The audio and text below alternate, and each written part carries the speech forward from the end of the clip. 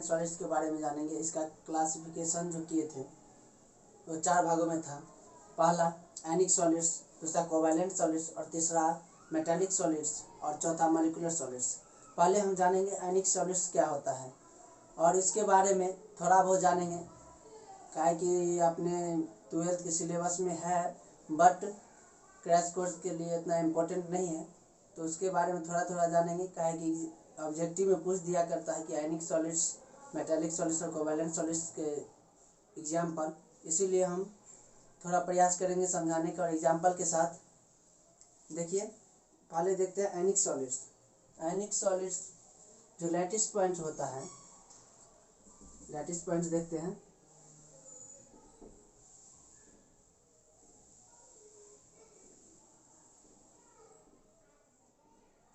ये जो कॉर्नर होता है, कॉर्नर 3D में लीजिएगा तो अलग होता है, एट कॉर्नर होता है, ये लैटिस पॉइंट हुआ आपका। ये जो आयनिक सॉलिड्स है अपना लैटिस पॉइंट पे आयंस रखता है और इसका जो बॉन्डिंग होता है आयनिक बॉन्ड, कुलम्बिक फोर्स होता है, मेल्टिंग पॉइंट हाई होता है, एग्जाम्पल में NaCl, CH, etc। अब दूसरा देखते हैं कोवैलेंट सॉलिड्स। कोवैलेंट सॉलिड्स क्या होता है? कोवैलेंट सॉलिड्स जो है अपने लैटिस पॉइंट पे कोवैलेंट ऑक्युपाइड करता है, कोवैलेंट सॉलिड्स आइटम्स, और बॉन्डिंग कोवैलेंट बॉन्ड रखता है। इसका भी मेल्टिंग पॉइंट हाई होता है। डायमंड, इसका एग्जांपल देखिए, डायमंड, ग्रेफाइट, etc। और तीसरा देखते हैं मेटालिक सॉलिड्स। मेटालिक सॉलिड्स क्या है? वो अपना पॉजिटिवली चार्ज रखता है, पॉजिटिवली चार्ज आयन रखेगा अपना लैटिस पॉइंट पे। एटम, मॉलिक्यूल्स और आयंस तीनों में से कुछ भी हो सकता है, इसीलिए वो अपना पॉजिटिवली चार्ज रखता है और वो अपना बॉन्ड, मेटालिक बॉन्ड बनाता है। साथ में इसका भी मेल्टिंग पॉइंट हाई होता है, Ag+, Mg+। चौथा देखते हैं मॉलिक्यूलर सॉलिड्स। मॉलिक्यूलर सॉलिड्स जो है मॉलिक्यूल्स रखता है और ये हाइड्रोजन बॉन्डिंग रखता है। इसका जो बॉन्डिंग होता है hydrogen bonding van der Waals force. Van der Waals force बहुत ही वीक फोर्स है और हाइड्रोजन बॉन्ड भी बहुत वीक बॉन्ड है जिसको आसानी से तोड़ा जा सकता है। इसका जो मेल्टिंग पॉइंट होगा लो होगा, और एग्जाम्पल में आइस, आयोडीन, नेपथलीन, etc। अब हम जानेंगे क्रिस्टल लैटिस के बारे में। दूसरा टॉपिक है क्रिस्टल लैटिस। क्रिस्टल लैटिस के बारे में जानते हैं। The regular arrangement of constituent particles. कल हम बताए थे क्रिस्टलाइन सॉलिड्स में जो रेगुलर अरेंजमेंट होता है crystalline constituent particles of a crystalline solids in 3 dimensional. 3 dimensional में जो अरेंजमेंट होता है वो कंस्टिट्यूएंट पार्टिकल्स जो होता है रेगुलर अरेंज रहेगा तो उसको ही स्पेस लैटिस या क्रिस्टल लैटिस कहेंगे। स्पेस लैटिस या क्रिस्टल लैटिस कहेंगे। तो स्पेस लैटिस और क्रिस्टल लैटिस जो रेगुलर अरेंजमेंट हो constituent particles and crystalline solids में, उसी को आप क्रिस्टल लैटिस, स्पेस लैटिस कहेंगे। और दूसरा देखते हैं यूनिट सेल। यूनिट सेल क्या होता है? यूनिट सेल जो होता है किसी भी स्पेस लैटिस का वह छोटा से छोटा स्मॉलेस्ट पार्ट जिसको रिपीट करके फिर से हम स्पेस लैटिस बना सकें, वही यूनिट सेल कहलाता है। The smallest part of the space lattice का वह smallest part when repeated over again in different, कोई भी तरीका से अगर रिपीट करते हैं उसको फिर से different directional produce complete space lattice, फिर से वो स्पेस लैटिस बना देता है, वही आपका यूनिट सेल कहलाता है। देखिए जैसे होता है कि स्क्वायर, आपको ये स्फीयर लिए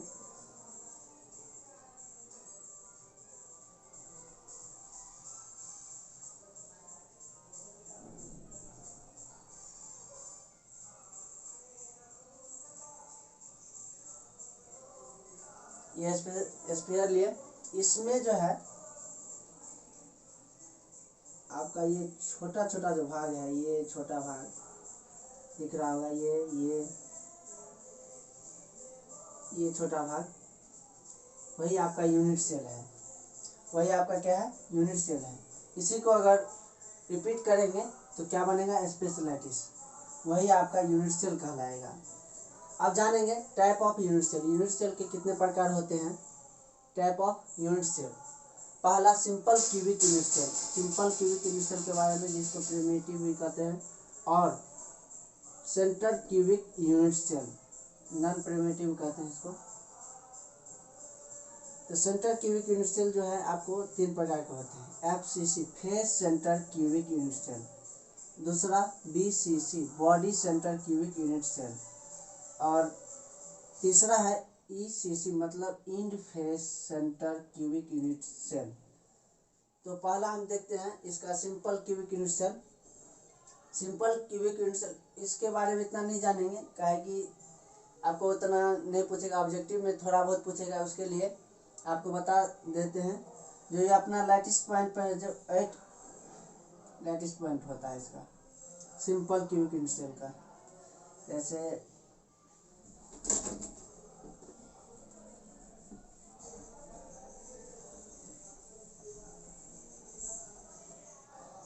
देखिए यहाँ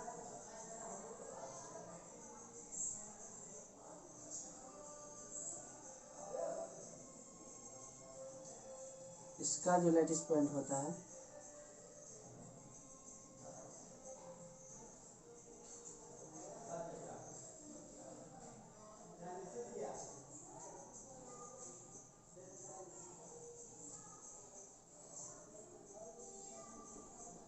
simple cubic unit cell corner occupied corners, इसका जो कॉर्नर्स जितना होगा उतना ऑक्युपाइड रखता है। Simple cubic unit cell ऑक्युपाइड्स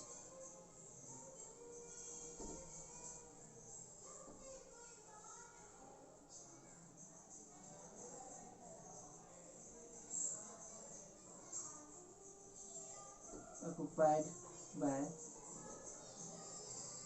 8 lattice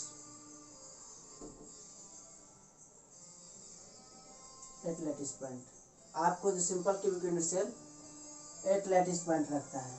उसी प्रकार देखेंगे आपको दूसरा सेंटर क्यूबिक यूनिट सेल का। सेंटर जो मेन होता है अगर बीचों बीच, वो सेंटर क्यूबिक यूनिट सेल कहलाएगा।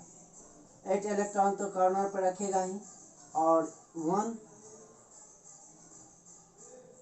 सेंटर क्यूबिक यूनिट सेल होता है।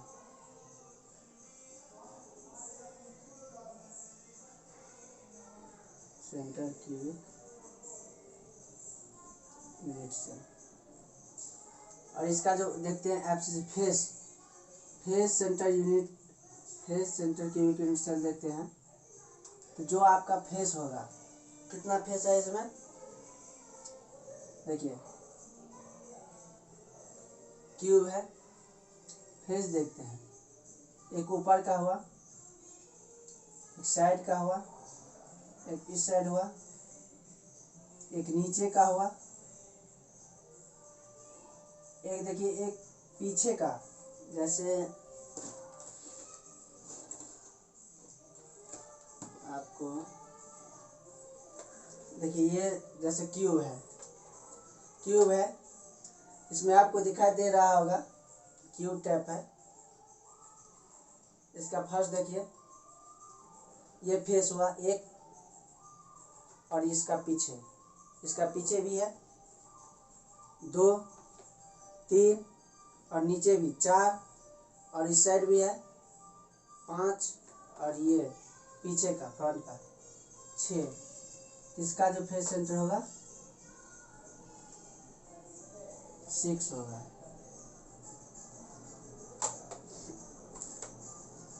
फेस सेंटर कितना होगा? FCC 6। बॉडी सेंटर देखते हैं। Body centre cubic unit cell, जो बीच का जो होगा बॉडी सेंटर होगा। बॉडी सेंटर का देखेंगे, जो बीच का होगा, जैसा सेंटर क्यूबिक यूनिट सेल हुआ उसी तरह से body centre cubic unit cell होगा।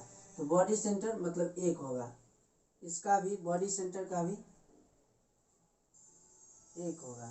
अगर बॉडी सेंटर पूछेगा कि क्यूबिक में बॉडी सेंटर कितने हैं तो 1, फेस सेंटर कितने हैं 6, और simple cubic centre simple cubic unit cell में कितना रहता है 8 लैटिस पॉइंट रहता है। तो आपको इंड फेस सेंटर के बारे में जानेंगे, जो जिससे जुड़ जाए। फिर देखिए, आपको किसी को अगर जोड़ना हो कोई भी चीज़ तो आपको कहाँ से जोड़ सकते हैं। अगर कोई फेस है, इस फेस से जोड़ेंगे, इधर से भी जुड़ जाएगा, इधर से भी जुड़ जाएगा। अगर यहाँ से जोड़ने का कोशिश करेंगे तो यहाँ से भी जुड़ेगा और नीचे से भी जुड़ेगा। तो यहाँ जो है इन फेस सेंटर का देखेंगे, आपको इन फेस सेंटर में आपको 2 होगा। अब ऊपर से भी जोड़ सकते हैं, नीचे से भी जोड़ सकते हैं। अगर यहाँ नहीं लिए तो इस साइड भी ले सकते हैं, साइड से भी जोड़ सकते हैं। आपको जहाँ से मन हो वहाँ से जोड़ सकते हैं। तो इन फेस सेंटर कितना होता है 2 होता है। ठीक है।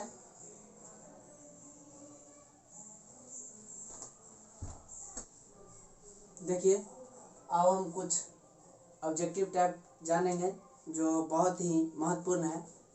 ऑब्जेक्टिव में पूछ दिया करता है कभी कभी, तो जब atoms touch each other along the edge, जब एटम्स एक दूसरे के एज में टच करेगा तब आर पूछेगा, रेडियस क्या होगा तो a/2।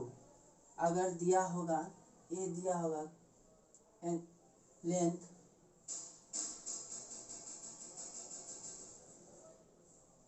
अगर किसी डायगोनल एज टच करेगा, लेंथ दिया होगा, अगर लेंथ दिया होगा a तो आप r निकाल सकते हैं। फिर जहाँ r बराबर हुए, r बराबर एटॉमिक रेडियस और a बराबर लेंथ ऑफ द साइड्स का जो लेंथ दिया होगा वो होगा। दूसरा देखते हैं, atoms touch each other along the diagonal, जब एटम्स एक दूसरे के डायगोनल टच करेगा तब r बराबर क्या होगा। रेडियस निकालने के लिए बोलेगा, ऑब्जेक्टिव पूछ देता है r बराबर क्या होगा, तो आपको √2 गुने a/4 सीधा ऑप्शन देखना है। और ये दिया रहेगा r बराबर √3/a/4, √2 गुने a/4, √2 गुने a/2। तो आपको अगर along the axis, along the diagonal दिया रहेगा, r बराबर √a गुने √a/4 मारेंगे। और तीसरा देखेंगे, atoms touch each other along the cross diagonal, अगर क्रॉस डायगोनल में होगा तो यही ऑप्शन रहेगा।